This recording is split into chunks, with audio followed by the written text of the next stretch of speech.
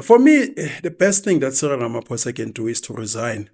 We are captured. As people are telling us that South Africa is registered at New York Stock Exchange, we are told what to do. Africans don't punish the perpetrators. The perpetrators, can do as they please. And then they come back and integrate with society and they start to command us because they still have the spoils of their corruption. If someone is doing crime as a police, if I'm going to work, I see a criminal, I'm arresting this guy immediately. Why is it that a provincial commissioner or national commissioner, if a minister has violated the law, and then you have to get an authorization from the president, you just have to arrest the person, then we'll talk after, let this guy go to court. And we are not motivated by money. That's why even today, it is difficult for me when people saying, Ike, why don't you start a party? Because I know now it's about money. I was not raised like that. And the drug money, because there's no paperwork, is used to buy rebels, to destabilize other countries. To do whatsoever, buy lobbyists, buy votes. So the road is deep. This thing is bigger than me and you. This thing is deep. Yeah, black people, they accuse me a lot. They call me a puppet. They call me Uncle Tom. They call me an agent.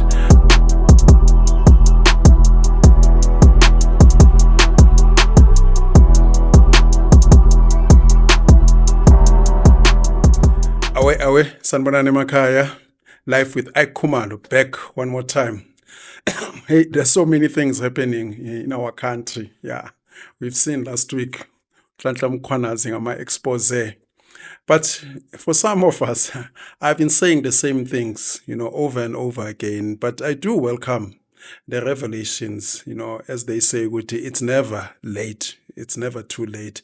But majority of the things that Nhlanhla Mkhwanazi, General Nhlanhla Mkhwanazi was talking about are things that are known within the ANC. I wonder about the timing. But anyway, I do welcome the revelation. I like Nhlanhla Mkhwanazi. And for me, it's personal because I was accused as an instigator.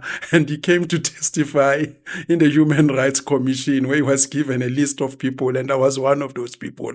And the most wanted, because they asked him, hey, these people, are they instigators? He said no. The people that you should blame are the police and the politicians, because they did communicate, with the minister of police at that time. I think it was Bheki Cele. And there was a miscommunication between Bheki Cele and the national commissioner. I think it was Ustole. They were not seeing eye to eye, so he blamed them. And we all know or suspect what caused, the fallout between the national commissioner then, 2021, and the minister of police. I'll come to that, at a later stage. But my worry, the South Africans, that is my problem with South Africans. And South Africans, they've got, a memory problem. They forget quickly. Today it's Nhlanhla Mkhwanazi, tomorrow is Justice for Cwecwe, and then they move on. But the culprits are still affected. There's so many issues that, they come, into the media. Who's about justice for this woman who's been killed by her husband. And then from nowhere, a new story develops. I don't know whether we are being overwhelmed, But the problem, I place it on the modern men, especially South African men. They are not active enough. I remember when we are doing our campaigns, fighting these immigration issues, doing a march, awareness campaigns, it's always women. And I always ask myself, where are the men? It's even worse if the campaign is on Saturday. You don't see men. And I don't know, it's because South African men, they like alcohol too much. But I look at stadium. When a stadium, people are supporting Kaizer Chiefs, Sundowns. Well, I have no problem with soccer. I know with, sports, support abantu abaningi, emafamily nwabo who are making money out of that. But if you take the idea of sport, or recreation, you go as as late as the 50s, even beyond that, sports was not commercialized. Culture has been commercialized now. Back in the days, if you were a runner, you did that at school and then graduate and go work. Playing soccer, you didn't become a superstar. But we understand now there's so many distractions, and the social engineering, the people that we are fighting, the globalists, these are the people who are dividing us. And we find ourselves fighting, black and white, capitalist, socialist, and sometimes I wonder, people like the Billy Gators, the Rothschilds, what are they saying when they're looking at us? The Warbeck, the Schiff, the Oppenheimers, they're probably laughing at us and saying, oh, look at these guys, they're stupid, because we're fighting over concept, over dogma. Hence, I blame men, because in most societies, leadership is expected, for men to lead. And I can blame men for everything that is happening in South Africa, the social ills, crime, because it is men who allowed that. If men were standing firm, we would, repel some of the, things that are happening, even politicians. Today, we have Mkhwanazi, and tomorrow it will be another one. It's as if we are looking for a Messiah. I have a problem with this Messiah concept. Yes, once in a while, a person will come fighting for our rights. But the problem of the Messiah concept, it's been with us, the longest, because you look into people who became dictators, majority of them, they started as revolutionaries. Maybe they realize later, man, these guys are dumb. This thing is there for the taking. And then they start, staying long with power. You can check Abu Gaddafi, Abu Mugabe, and then they start working against the people. And sometimes it's hard to read people's minds, what leads them. What motivates them. Because majority of dictators, they come at a time when people are hurtful and they take advantage of the issues on the ground, they run with the issues, and then we say, there's a Messiah. You look at people like Abu Julius Malema, when they first came in, they were explosive. You look at people like Abu Jacob Zuma, all of them, President Ramaphosa, before they talk to the issues that are affecting the people. Then later when they're elected, they're into power. They say, no, guys, man, you must understand, you must, be patient. I mean, Donald Trump has proven that within a day you can do so much. And here I remember a leader like Robert Mangaliso Sobukwe. Robert Mangaliso Sobukwe once said, because he started to sense that there's these African leaders who are captured as early as the 50s. And he said, whenever as a leadership, you start hearing us talking of being broad-mindedness, being reasonable, you must know that we have betrayed you. That's Robert Mangaliso Sobukwe, the man who was a professor in the 50s. When his colleagues were driving about Thunderbird, Oliver Tambo, he was traveling, using a train. And he was, a pastor, Methodist pastor. He lived with the people. So this is what I want to see. Hence, I question people like Abu Mugabe. When they said Mugabe is a revolutionary, look, I don't, erase part of his history, things that he did, that are great, but he did not live like the people. Whenever he was sick, he went to Taiwan, he went to Hong Kong. That's the problem that I have, the leadership as an UPF. And we can go back, and check how they were installed with power. They were installed by the very same colonialists, that we are fighting, as clever blacks then, as safe black then. So, yeah, our problems, maning, like here in South Africa, everyone now is saying Mkhwanazi. But one question that I ask myself, this information, Mkhwanazi has known about it. The ANC guys, they've known about it. And I remember bumping into one guy. He works for the intelligence. He told me, drugs are brought in by these ministers. You remember a wife of the minister, I think it was Ucwele, was arrested. And there were always rumors about Bheki Cele. Since the exile days, we all know now that the struggle was financed with drug money. Soccer bosses, some they used to go to Lusaka, give these guys money, cars, and then they came here and they said they never stopped. I remember Tokyo Squale, when he became a premier, Tokyo Squale said the drug lords, they want to kill him. From nowhere, he said, no, he's fighting against the drug dealers. And people were saying, no, you are the biggest drug dealer. People were saying that because at that time, 1990, when Mandela came out, there were, discussions. Mandela, he needs a secured house. They were talking about a house of R1 million. Those days, 1990, $1 million was too much. Or it was a huge figure. And there were arguments. No, it's too much for one person. I think the houses, the normal houses in a suburb at that time, were 100 and something thousand. Tokyo, 3 years later, his house was estimated to be 12 million rands. And this is the guy who's never earned a salary at that time, And then the question was, the BEE deals were not yet coined at that time. If they were coined, the dividend probably not declared because he left his premiership and he went into business. So there were always question marks about, drugs, because some of the drug dealers, they were sponsoring ANC. There were times where we played Nigeria. We lost 4-0 in the Africa Cup. It must have been late 1992. We lost 4-0, and the Bafana team came back the very same Sunday.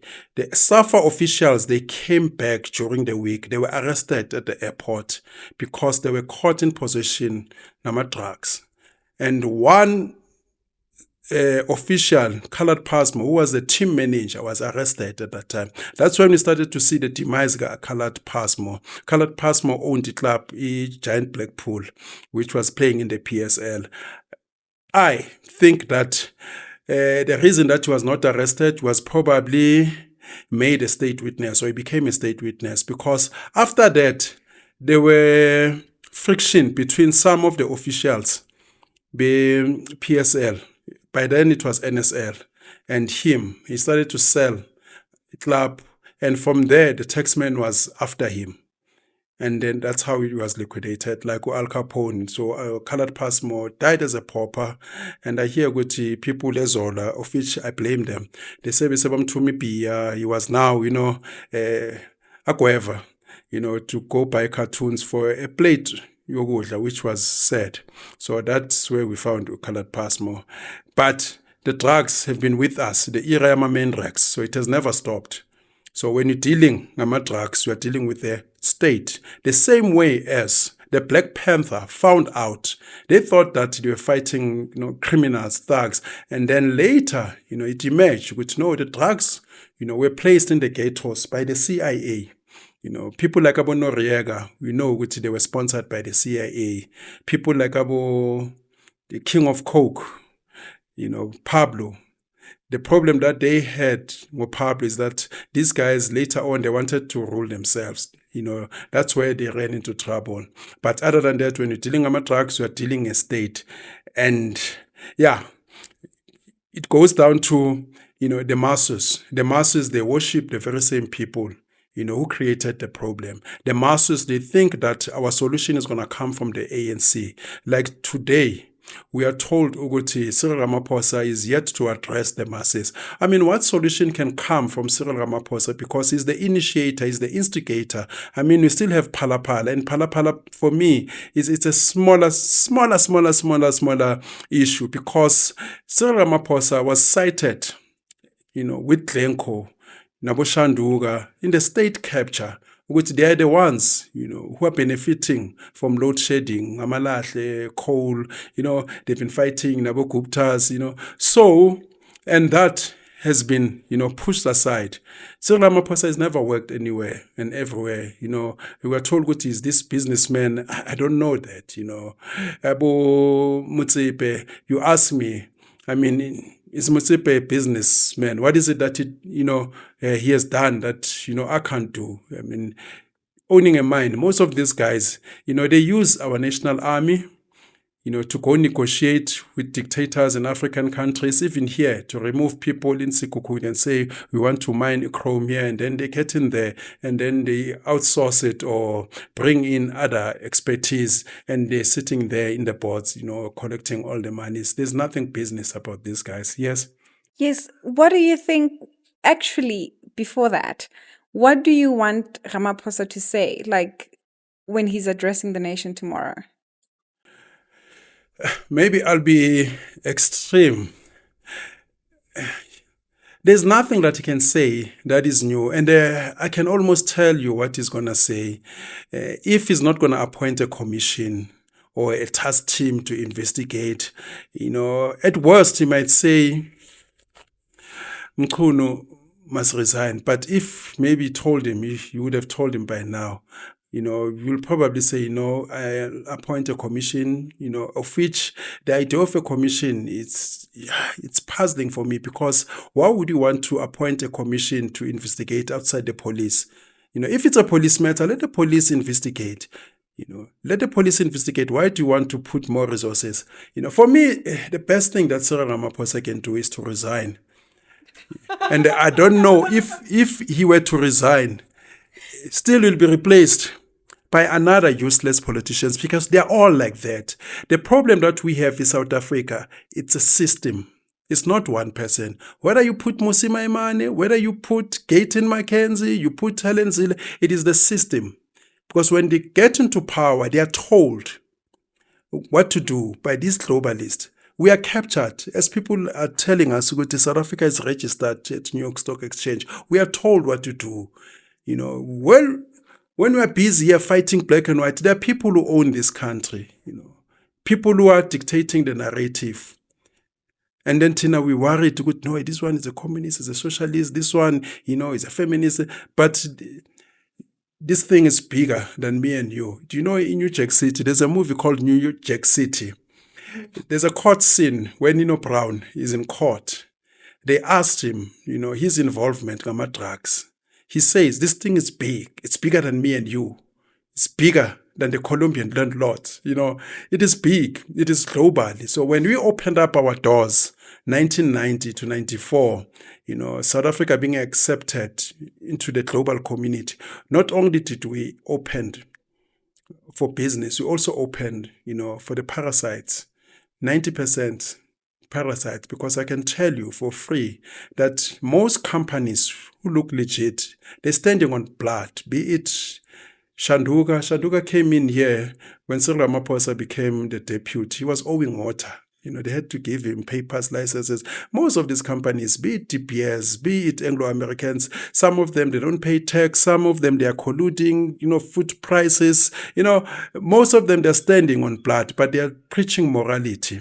So I don't expect Cyril Ramaphosa to tell me something, groundbreaking, other than these guys, they should dissolve.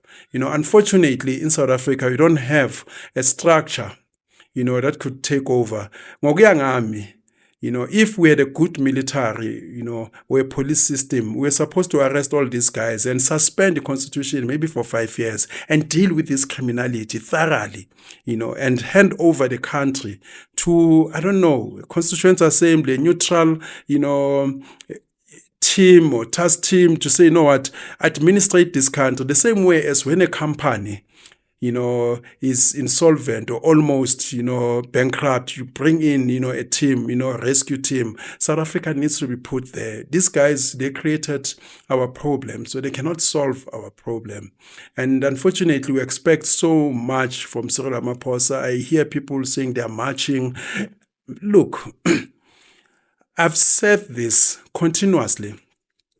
Powerless people do powerless things like marching. If you march, what are you hoping to achieve? You march, they look at you, they're laughing at you. They're not going to say, oh, they're 100,000, they're 600,000. You guys, we are scared. You cannot march again tomorrow if they fail, to give you a response. And then what? You go back home. South Africans, they need, tougher actions. I always said, boycotts are probably better, because if these guys, they've got business interests somewhere where we know at least they're not employing us, in mass or in numbers, we can boycott those companies. And we needed a system where we can arrest these guys, take them to court for failures of government where they've been involved. If they have empowered themselves, they are now running our businesses. We heard in Johannesburg that, majority of the people who are getting tenders, contracts, are relatives of the bureaucrats. So if we had a system where we can link, their benefits and the failures of government and take their pension, take their businesses from them, their profit, punish them post their office, or post their tenure. But unfortunately, we're not doing that. Go to courts, like Boafra Forum, challenge them. But unfortunately, our people, because I've realized that South Africans are corrupt themselves. You go into these organizations, these are people who are waiting in line.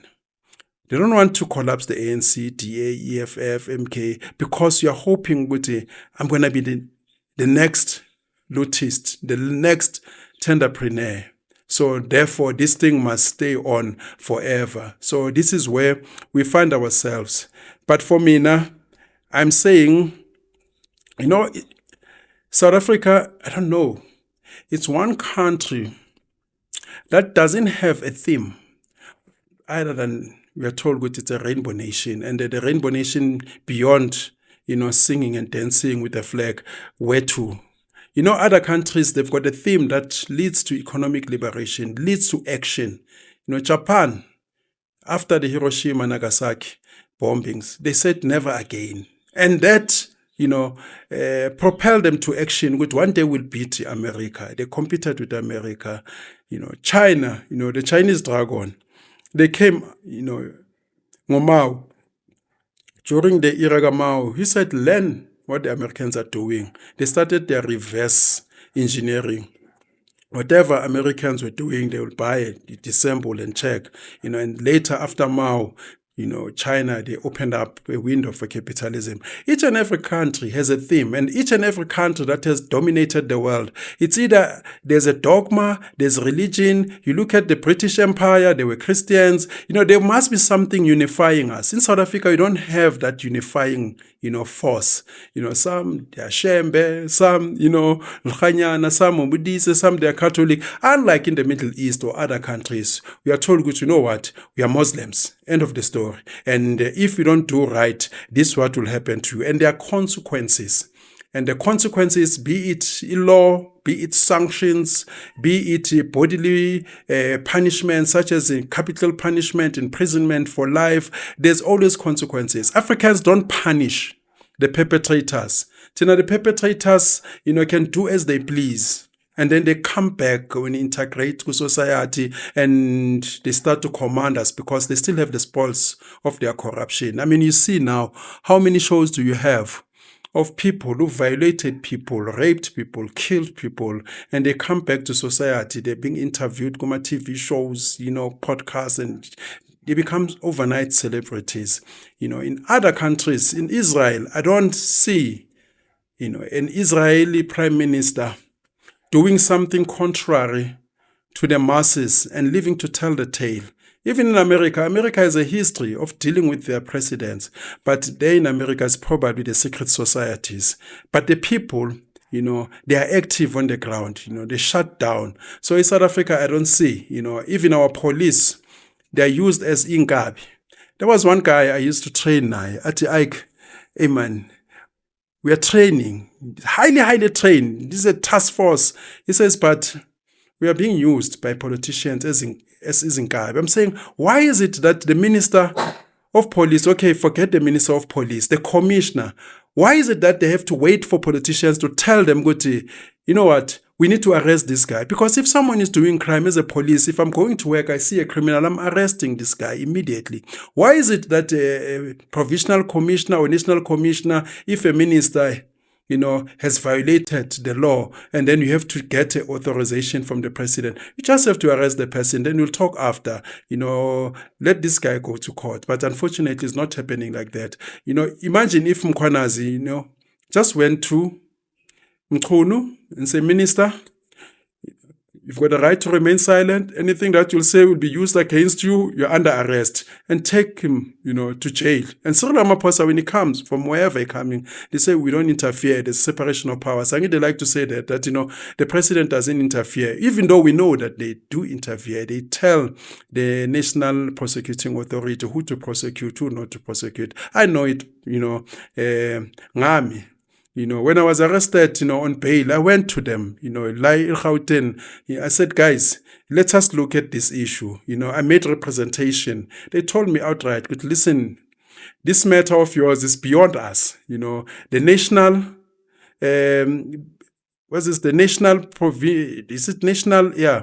prosecutor is involved. There's a presidency, there's minister, and they decide. They want conviction, nothing else.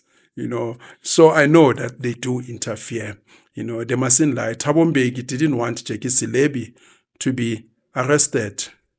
So, but the NPA went against, the norm. They went to arrest Bheki Cele, and we know today that Bheki Cele is a convict. So we live, in interesting times. So unfortunately, the South Africans are not angry enough. That's why some of us, we get frustrated, because people have been talking on the ground.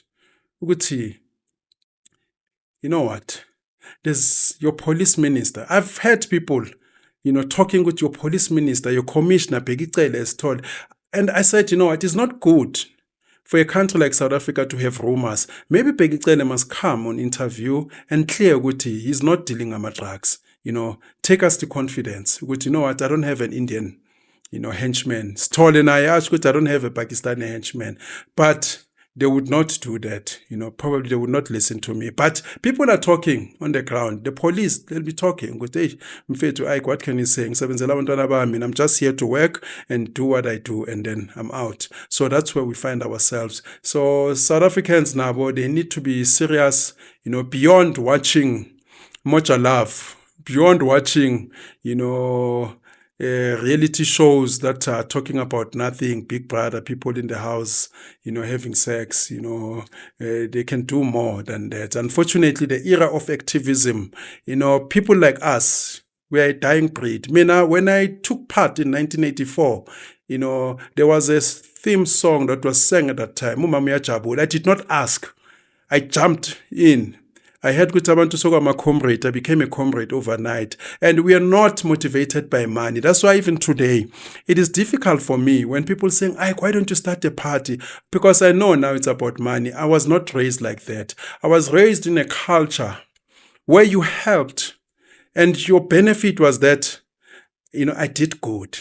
When you saw an elderly person struggling, you went to assist. In the neighborhood, we knew there's an elderly couple.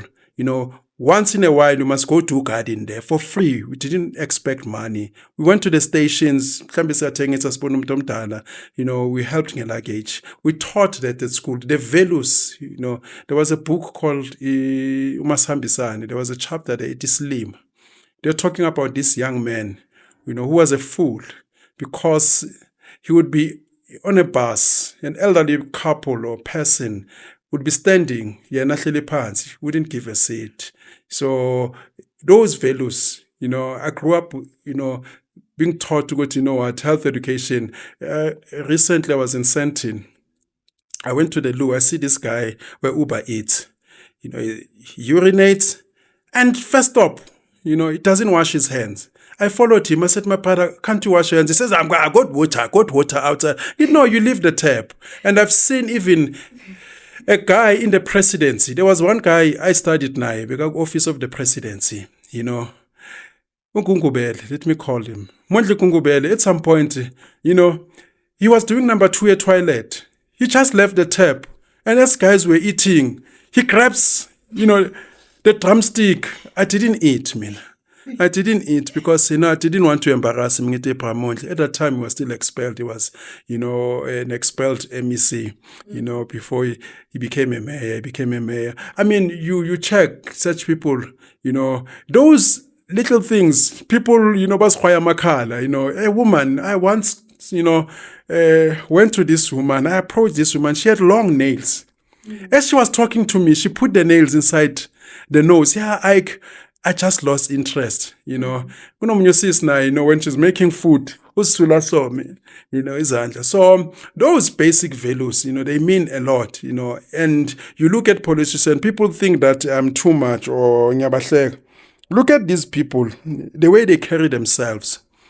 I mean, during apartheid, I'm not glorifying apartheid. I've never seen a minister with a pooza face. These guys, I can tell you with this one, they are over drinking. They drink too much. They drink alcohol too much. You can see they're young. Many of them, they're younger than me. But they look so old. They look wasted. As a minister, you must be presidential, executive. I mean, you look at Abu Trump, they are old. You look at Abu Obama, dignity, the decorum. So these guys, when you listen to them, you listen to Mantashe, you look at him, are you inspired? You listen to Amba Masondo. Remember with Jackson Mthembu. I mean, you listen to these guys, in a corporate world, I don't see them surviving. So unfortunately, that's where we find ourselves. So, and I wish, as South Africans, we had something unifying us, a dogma. Back in the days, will be, a shipping. Somebody would walk in as was Bheki Cele, because then we had power. We say, shut up, sit down. No mutu javisa ubutikila and sit, but now we don't have power. If in the law, our law is not for us. As we are told, we're in a constitutional democracy. This democracy is not meant for us, because I can tell you, we can lose court cases forever as long as it is challenged. I don't know, abnormalities. But I'm not saying that you mustn't try. We haven't tried. No, at least let's put it to the test. Even if, we come to the realization that the judiciary has been captured, but at least we have tested it. We haven't tested it. And some people, they get small victories, win over here, win over there. So we should do that. So most unfortunately, we don't believe in that. We want to sing and do.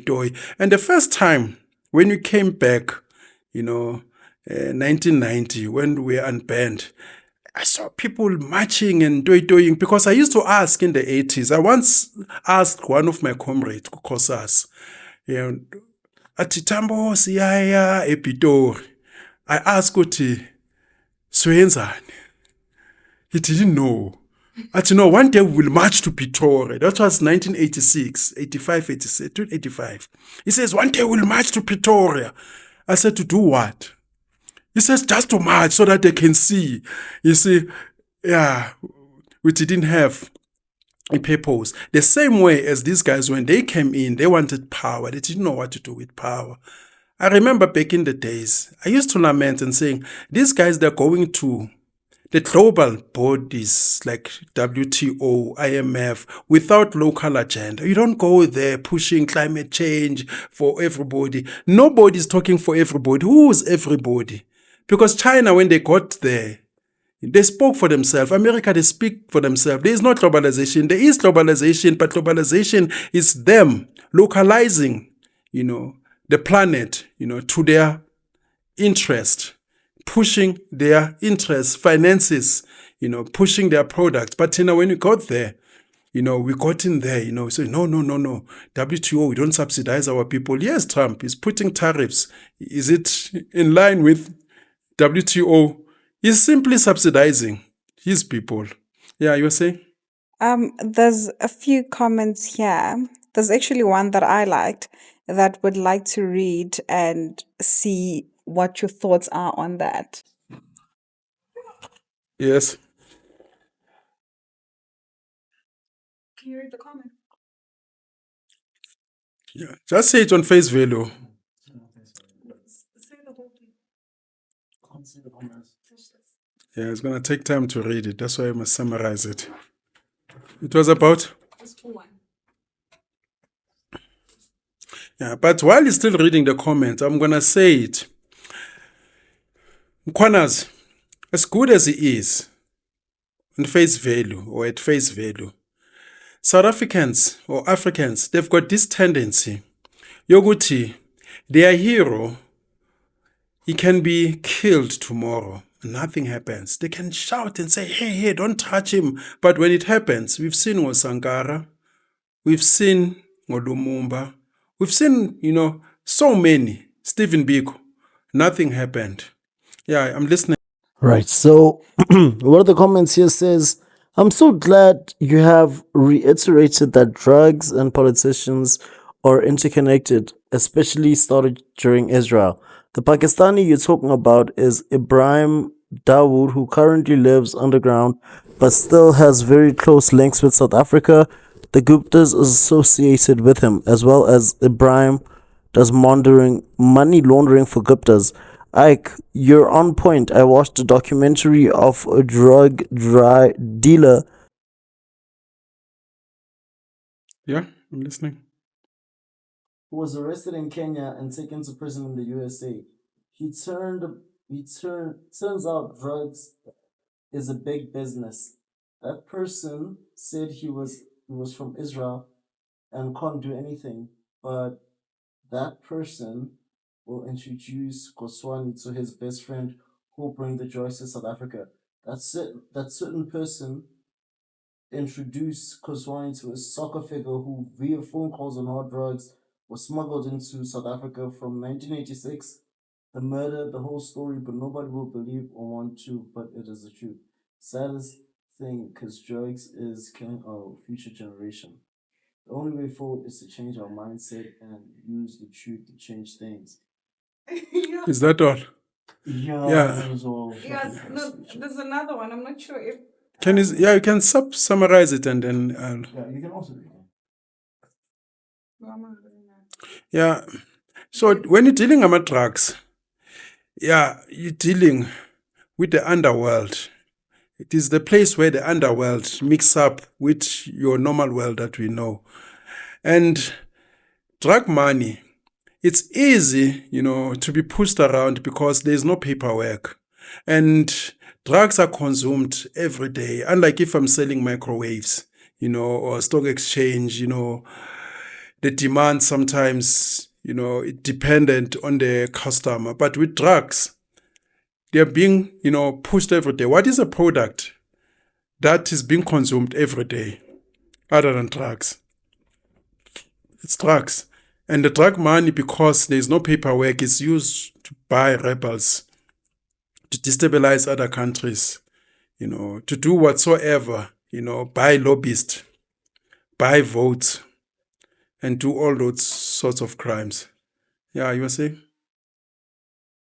Yeah, he's going to read the other comment now. I think that comment was asking you more of, how at the top, Yes, look, when you're dealing with drugs, you're not dealing, with the junior members here on the ground. I mean, people have written articles. There's a guy who wrote about the president keepers, where they link Jacob Zuma with Nigerian drug dealers in poisons. And they will always deny.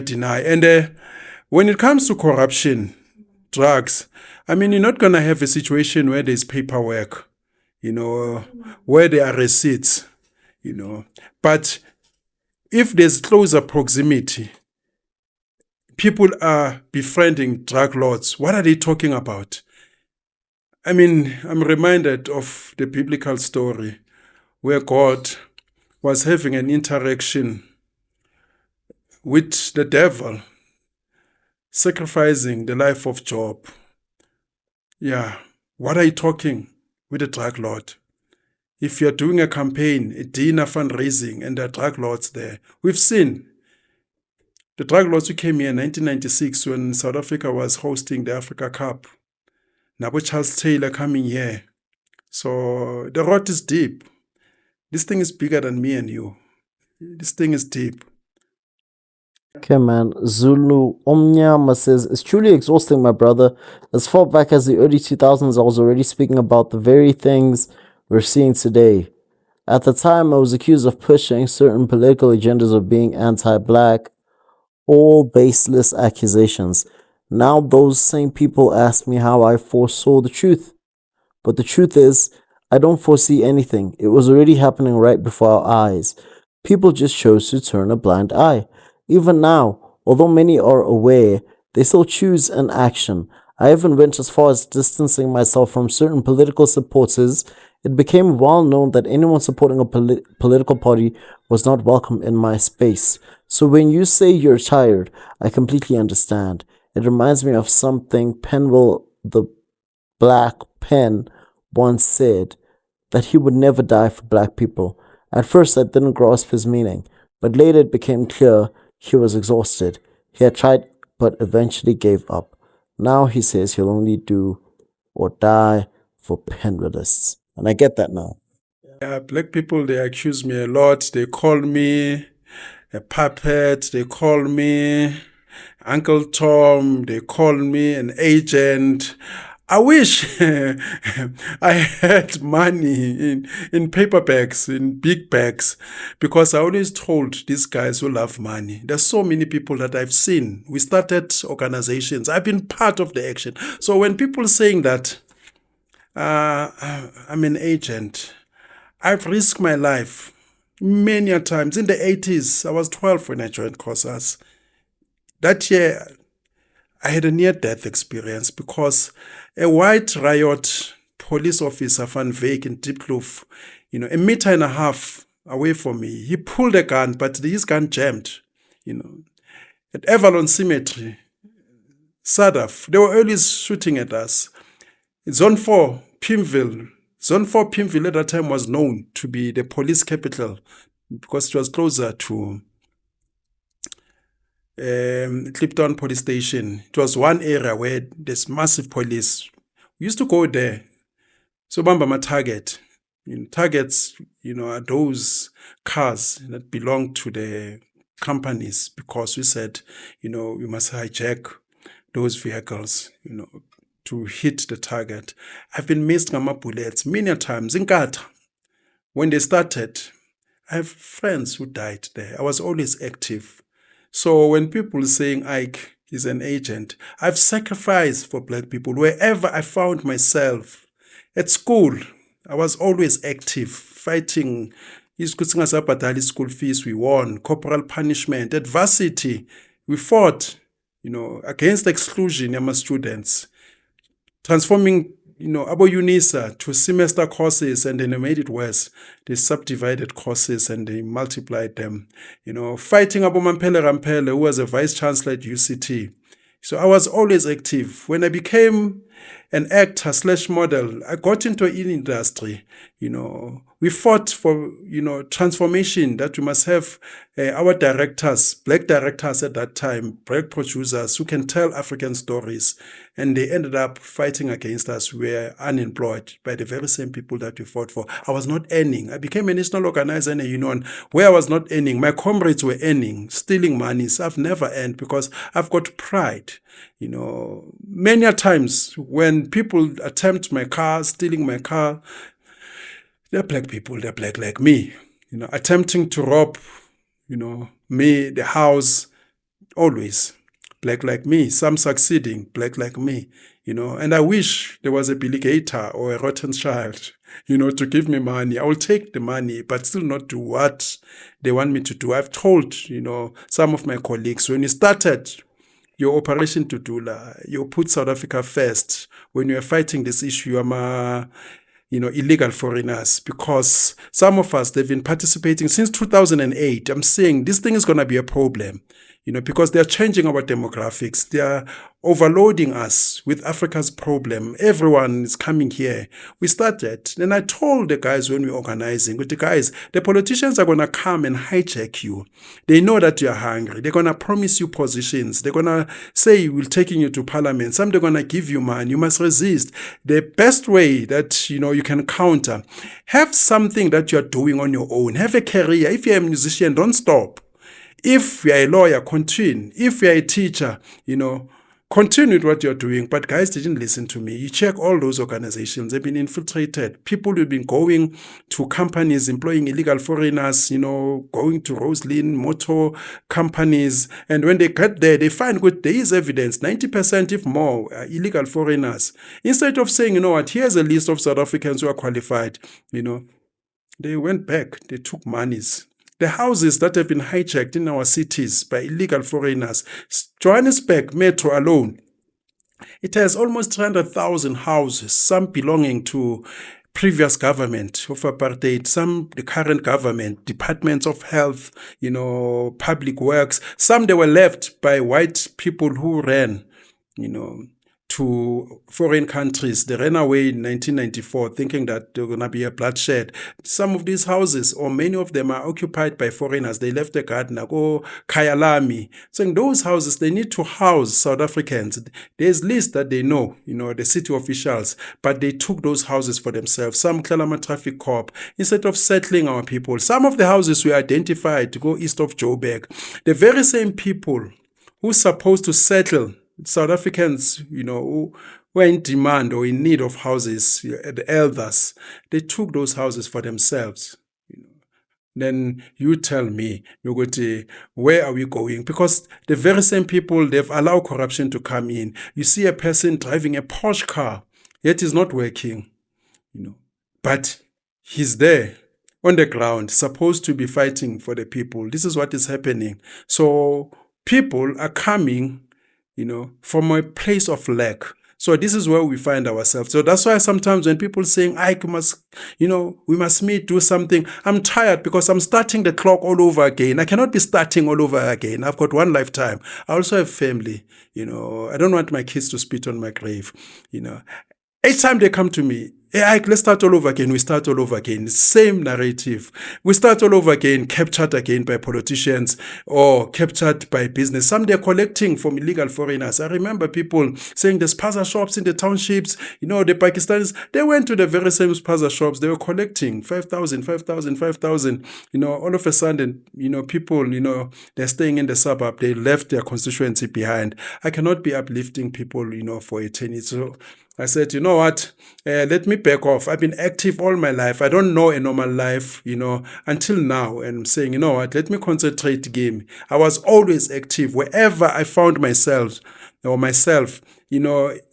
be it, work. I'll ask, what are the problems and challenges, affecting people? I'll be part of that. When I became an artist, I got into productions.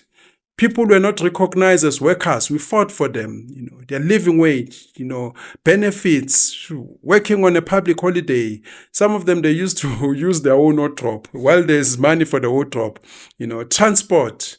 You're saying, you cannot be expecting an actor to be on set 4 a.m. This guy is coming from Soweto. He needs to be in Randburg. If he's taking taxis, he's going to be robbed and marked. There must be, transport. You find that there is a transport for that, but people are showing money. We started working, and I found people like Abo Mahlatin, Abo Braken, Abo Gibson Kent. We fought for Gibson Kent's house so that he is not, chowed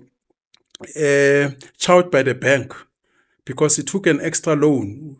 Intervened. We said government must come, rescue. Department of Arts must come because Gibson Kent is not your normal person. Unfortunately, some of our veterans, they got in there, National Arts Council, they were stealing monies. People who are known, which is a father of theatre, many of them corrupt to the core. There's no one who can come to me and say, this guy is corrupt, he did 1, 2, 3. No one. No one. I've met ministers. I've danced with them. I've partied with them. They invite me. Sometimes I get shocked. Guys, why are you inviting me? And I got in there. They even said, what? Ike, don't you, want a woman? Thinking that, that's my weak area. Because most people think that, this one, if we can bring in a woman, we know that it's got a weak point. I've got a weak point where, I'm touched. Where I've fallen in love. You cannot just, push me around and say there's a woman. They've tried to hook me up with DJs. Maybe I'm a fool. I remember one of my exes. She said, I'm a fool, because I don't understand politics. Politics is about money, like Survivor. You must cheat, lie, steal. I wasn't raised that way.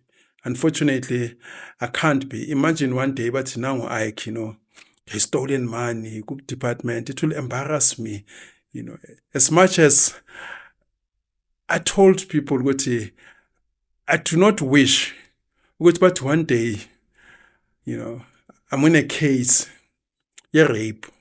I always made sure, I avoid such, situations, So, yeah, I'll be embarrassed. But other than that, people, they are free to have their own opinion because today it's an open world. People can comment on social media, say whatever, even if they don't know you. I miss the good olden days, After school is after school. If you talk nonsense, there was consequences. Nowadays, there are no consequences. People can insult you and they know they're going to escape, But back in the days, there were consequences. You didn't just say anything, to a person. But now on social media, you just type, as they say, keyboard warriors. So I, decided the least that I can do is not to be quiet, because where people are oppressed, I think even raising the issues, it becomes a revolutionary act where freedom of speech has been, suppressed, hoping with the people, they will catch up. I've tried to be on the ground many a times, and I'm leaning, towards Abantu. And sometimes I wish that, I could, take off that gown if, I could. Unfortunately, I love the masses. I love Abantu. That's where I find myself. I wish to be a capitalist, be ruthless. I'd be super, super, super rich, because I know what to do. But my conscience would not let me. I wish I could take off this people's jacket, the heart. I'll be probably richer than Umutsepe if I wanted to. I'll be sitting there in Nabo Billigator. People will be saying, what is he doing? Nabo Rotten's child, sitting there. Yeah, but yeah, so unfortunately, I am not that guy.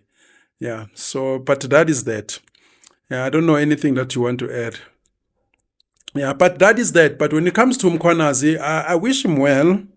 I hope he succeeds